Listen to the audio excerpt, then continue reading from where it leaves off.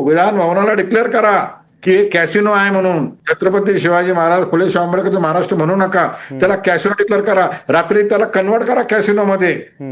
6 वाजेनंतर किंवा 8 महिने ज्यावेळेस अधिवेशन असतं त्याला कॅसिनो चालू करा आणि भूमिका जाहीर करा. आम्ही शब्द बोलणार नाही. कोण लाता मारतंय, कोण बुक्के मारतंय, कोणी खुर्च्या फेकून मारतंय. अरे काय चाललंय?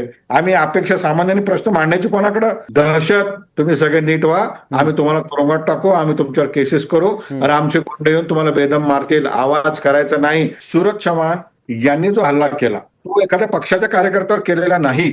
छावा संघटना जी रात्रंदिवस मराठा समाज शेतकऱ्यांचे प्रश्न मांडती त्याच्या कार्यकर्त्यावर त्या ठिकाणी हल्ला झालेला आहे. महाराष्ट्र हा कृषी प्रधान राज्य आहे आणि अशा व्यक्तीला तुम्ही कारभार दिला की जो सिरियस नाहीये, जो सभागृहामध्ये फक्त घेतो, त्याला समज द्या. आणि माझ्या समाजाच्या छावा संघटनेचा छत्रपती शिवाजी महाराजांचं नाव घेऊन एक कार्यकर्ता जाऊन त्या ठिकाणी पत्ते गिफ्ट देतो, त्याला मारतात तुम्ही. परंतु हे विसरलेत छत्रपती शिवाजी महाराजांचे आम्ही मावळे आहोत हे विसरले. कुठलाही मोह आम्हाला नाही. त्या सभागृहामध्ये पत्ते न घेता शेतकऱ्यांवर चर्चा करावी. अहो, जनतेच्या विषयावर मारा नाही.